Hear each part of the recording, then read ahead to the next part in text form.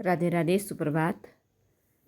तो बहुत दिन हो गए, बहुत बारिश हो रही है देहरादून में और खेत में जाने की हिम्मत नहीं हो रही है, जबकि खेत में बहुत सारी चीज़ें मुझे बुला रही हैं। मक्कियाँ बुला रही हैं, भिंडियाँ बुला रही हैं, अमरूद हैं और साथ में अरबी के पत्ते। लेकिन आज है मेरे लिए बहुत ही स्पेशल दिन, क्योंकि मैं आज ज़रूर खेत के अंदर घुसूँगी इस झाड़ी में, और बिल्कुल जंगल हो रखा है।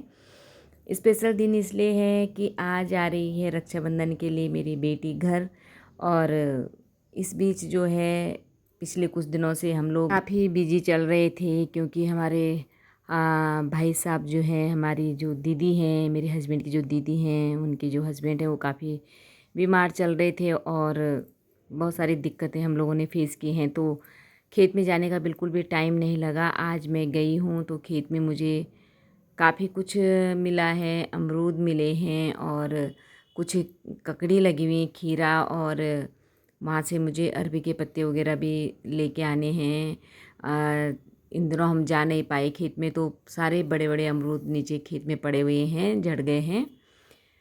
खैर, अब ये सब चीज़ें तो समस्याओं में देखी नहीं जा सकती हैं। कोई अगर ऐसी फैमिली दिक्कत है तो सारा ध्यान वहीं रहता है। तो मैंने फिर आज सोचा कि वो इतने दिनों के बाद आ रही है, जब बच्चे बाहर से घर आ रहे होते हैं तो माँ का मन होता है कि क्या क्या किया जाए। 2-3 मुझे ककड़ियाँ मिली हैं और अब क्या है कि हम दोनों फैमिली ऊपर नीचे हैं, तो अच्छी बात है कि मुझे 2 मिली हैं। एक मैं नीचे दे दूँगी बच्चों को और एक मैं अपने लिए ले आऊँगी ऊपर। मैंने फिर ये अरबी के पत्ते निकाले, क्योंकि बहुत दिन से निकाले नहीं हैं, खूब घने हो रखे हैं। और उसने मुझे वहाँ से बोला भी कि मम्मी मैं घर आऊँगी तो मुझे पतोड़ बना के।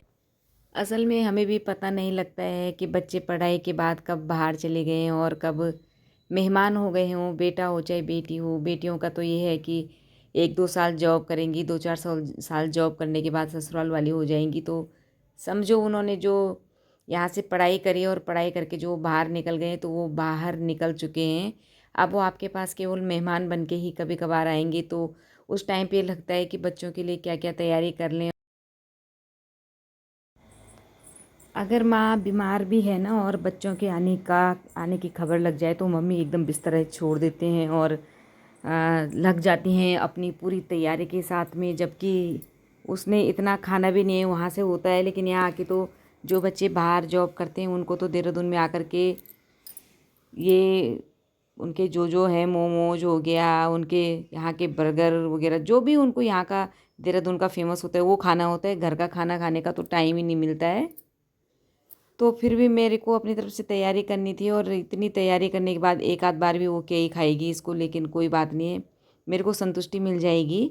वो आ रही थी और मैंने सारे अगर बोलते भी हैं बच्चे कि अगर गलती से बोल दो तो वो चीज़ें इतनी बार बनेंगी फिर घर में कि सुबह भी बोलेंगे पतौड़ खा ले, शाम को भी कहेंगे पतौड़ी खा ले। खैर कोई बात नहीं, मैं अपनी तरफ से पूरी तैयारी करके रख देती हूँ। हाँ, रात तक आएगी।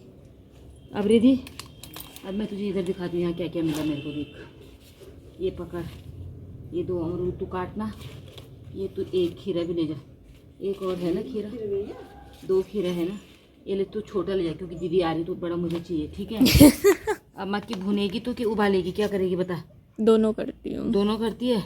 ये ले, ये मक्की तू ले जा, कोई बात नहीं है दीदी। वैसे है भी अंदर, रहने दो।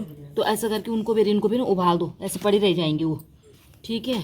अब मिर्ची दिखा, चल मिर्ची भी दिखा, मिर्ची भी दिखा कि कितनी सारी मिर्ची लग रही है हमारी। दिखा, ये देख, ये देख, कितनी सारी मिर्ची दिखानी पड़ती है बेटा, एडवर्टाइज करना पड़ता है ना, ठीक है। ये तू मम्मी के लिए ले जा लेना अंदर, और ये मैं अपने लिए तोड़ रही हूँ 2-3। ये देख, यहाँ मिर्ची है ये देख, ये हाथ भर भर, हाथ से भी लंबी लंबी। ये देख, देखा तूने?